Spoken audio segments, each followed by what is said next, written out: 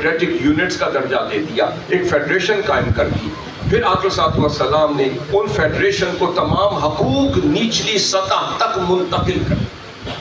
یہ جو سب سے پہلی خوبصورتی تھی ریاست مدینہ کی، اگر پاکستان میں ہم دیکھنا چاہتے ہیں کہ ریاست مدینہ کا عکس نظر آئے تو سب سے پہلے قدم تو یہ اٹھانا پڑے گا کہ آقا صلی اللہ علیہ وسلم نے ہیڈ آف اسٹیٹ کی حیثیت سے تمام فیڈریٹک یونٹس کو ان کی مینجمنٹ میں، ایڈمنسٹریشن میں، ان کی بلڈ منی میں، ان کی ٹیکسیشن میں، ان کے لوکل سسٹم میں، ان کے نارمز، کسٹمز، کنونشنز اور ان کے مختلف اعراف میں انہیں انڈیپینڈنس دے دی۔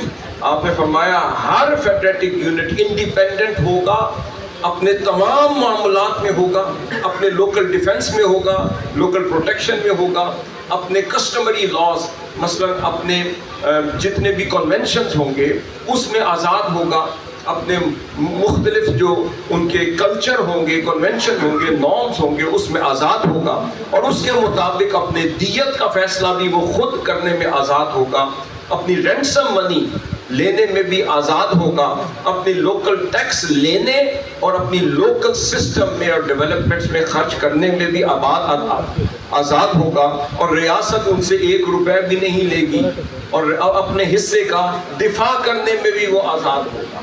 اور فرمایا کہ اس کے ٹوٹل انٹرنل سسٹم میں وفاق مداخلت بھی نہیں کرے گا۔ تو آقا صلی اللہ علیہ وسلم نے پہلی دفعہ صوبائی خود مختاری اور ریاستی خود مختاری کا نظام بھی خود ادا۔ اب یہاں پر ایک بات بتا دوں کہ آج آپ سندھ کی سرزمین پر، اس دھرتی پر جو بستے ہیں، آپ کے نالج کے لیے کوئی سمجھتا ہوگا کہ محمد بن قاسم سے اسلام آیا۔ میں کہتا ہوں نہیں، اسلام اس بارگاہ سے آیا جن کے قدموں سے کائنات میں پھوٹا۔ سب سے پہلا وفد جو جزیرت العرب کے باہر اگر آقا صلی اللہ علیہ وسلم کی بارگاہ میں آیا تو وہ ٹھٹھا کی سرزمین سے، سندھ کی سرزمین سے پہلا وفد، سندھی وفد آقا صلی اللہ علیہ وسلم کی بارگاہ میں ریاست مدینہ میں گیا، ہیڈ آف اسٹیٹ سے مل کر گیا، اور روایت میں آتا ہے آقا صلی اللہ علیہ وسلم نے اس سے سندھی زبان میں گفتگو فرمائی، سندھی زبان میں گفتگو فرمائی۔ تو میں یہ کہتا ہوں کہ اگر بیعت عقبہ، میں ایک ریفرنس دینے لگا ہوں، میری ایک انٹرپریٹیشن ہے، غلط بھی ہو سکتی ہے، صحیح بھی ہو سکتی ہے، دس از اے میٹر آف انٹرپریٹیشن۔ اگر ہم بیعت عقبہ اولا ثانیہ کی بات کرتے ہیں، جب عقبہ کے مقام پر جب وہ 73 اوس اور خزرج کے قبائل کے نمائندے، اور ان میں 3 خواتین بھی شامل تھیں، وہ آقا صلی اللہ علیہ وسلم سے ملاقات کرنے کے لیے اور آپ کے دست اقدس پر وفاداری کا کلمہ بلند کرنے کے لیے، عہد وفا آپ کی بارگاہ میں پیش کرنے کے لیے اور اوتھ آف ایلیجینس لینے کے لیے جب حاضر ہوئے تھے تو آقا صلی اللہ علیہ وسلم نے ان کو جاتے جاتے پھر فرمایا میں 12 نقبہ تم میں سے بنا کر اپنی ریاست مدینہ کا آغاز کر رہا ہوں، اور تمہیں میں اپنا ڈائریکٹ امبیسڈر، ریپریزنٹیٹو اور اپنا نائب بنا کر بھیج رہا ہوں تاکہ کام شروع کر دوں۔ اسی طرح ہے یا نہیں؟ اب میں یہ کہنا چاہتا ہوں، میرے ذہن میں ایک بات آئی، اگر وہ اوس اور خزرج والے آ کر نقبہ بن کے جا سکتے ہیں تو اہل سندھ آئے ہوں گے تو نقیب نہیں بنے ہوں گے؟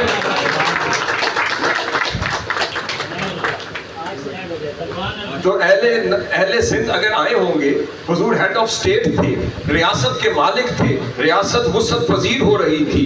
جب یمن والے جب اسلام قبول کر رہے تھے تو یمن کا ہیڈ بھی حضور صلی اللہ علیہ وسلم کا گورنر بن رہا تھا۔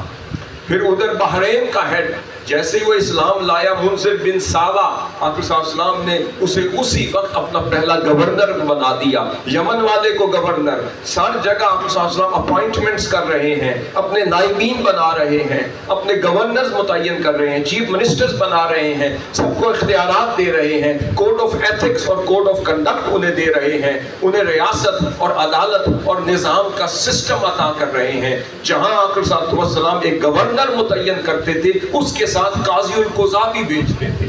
اسی وقت آپ صلی اللہ علیہ وسلم نے سیپریشن کا ایک نظام عطا فرما دیا، فرمایا یہ انتظامیہ کو دیکھے گا اور یہ عدلیہ کو دیکھے گا، آپس میں ان کا ایک نظام وضع کر دیا، فرمایا یہ مشاورت سے چلیں گے، مگر ایک دوسرے کی سرویلنس بھی کریں گے، مشاورت سے چلیں گے، سرویلنس بھی کریں گے، چیک اینڈ بیلنس بھی رکھیں گے اور نگاہ بھی رکھیں گے، اور اگر کہیں گڑبڑ ہوئی تو پھر ریاست مدینہ کے ہیڈ کو انفارم بھی کریں گے۔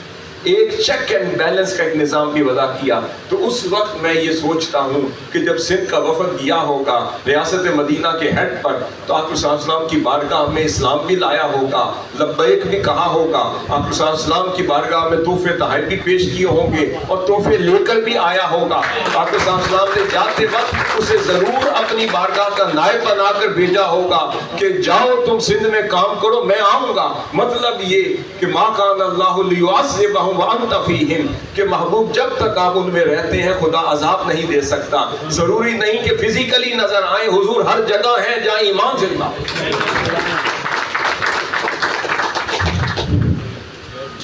اس کے بعد آگے چلیں تو آقا صلی اللہ علیہ وسلم نے لوکل باڈیز کا پورا سسٹم عطا کر دیا۔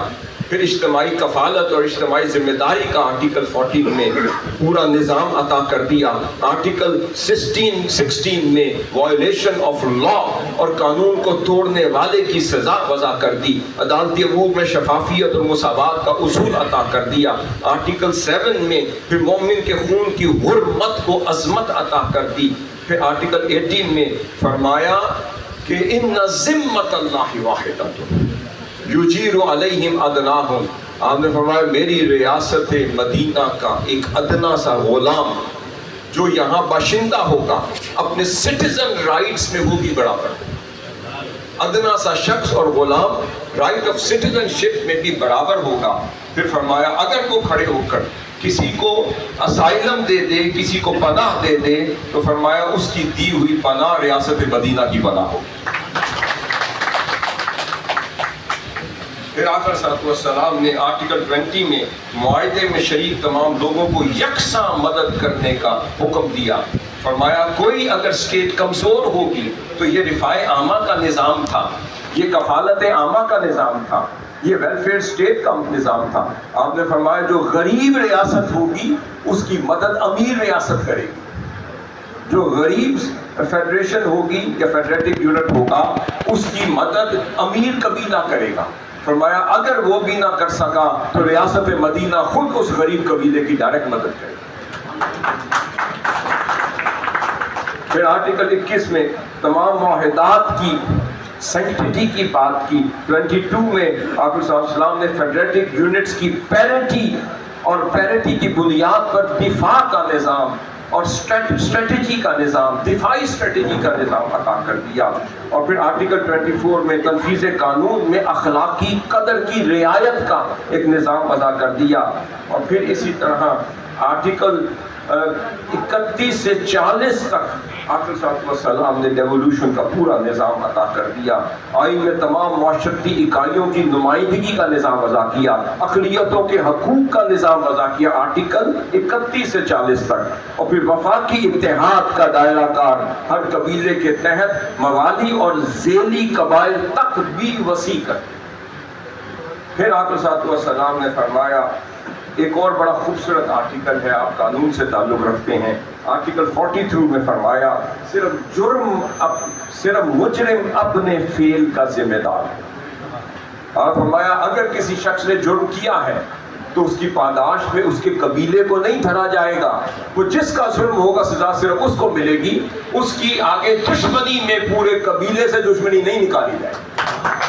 اس کا خوبصورت مطالعہ عطا کرتا۔ پھر آرٹیکل 44 میں پھر آپ نے کولیکٹیو فائنینشیل ریسپانسبلٹی کا نظام عطا کیا۔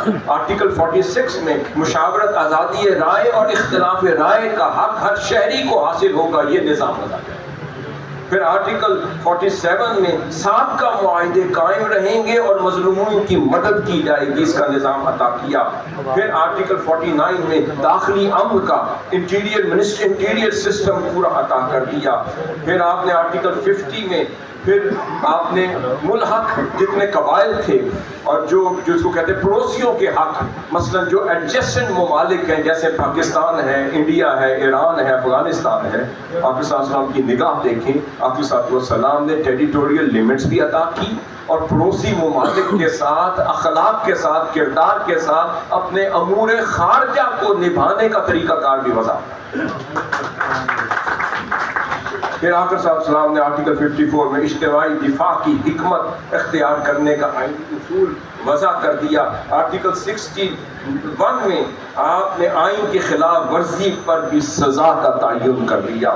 پھر آپ نے 62 میں نقل و حرکت کی آزادی اور امن اور سلامتی کی ضمانت کا نظام عطا کر دیا۔ حاضرین محترم، اب میرے ذہن میں ایک سوال یہ تھا کہ کوئی یہ کہے کہ آقا صلی اللہ علیہ وسلم نے جو آئین دیا، یہ 75 کانسٹیٹیوشنل پرنسپلز تھے جو میں نے ڈرائیو کیے، میں نے ان 75 کانسٹیٹیوشنل پرنسپلز کو American, British and constitution of the world کے ساتھ کمپیئر کیا اور ثابت کیا کہ اس جیسی عظمت نہ 650 سال بعد میگنا کارٹا سے لے کر بل آف رائٹ تک کوئی لا سکا، نہ فیلاڈیلفیا کنونشن تک لا سکا، نہ وہ ہیومن رائٹس اور ویمن رائٹس جو 1920 میں برطانیہ میں اور امریکہ میں کوئی اکنالج کر رہا ہے۔ آقا صلی اللہ علیہ وسلم نے خواتین کو امپاورمنٹ کا حق دستور مدینہ کے ان آرٹیکلز میں پہلے دیا۔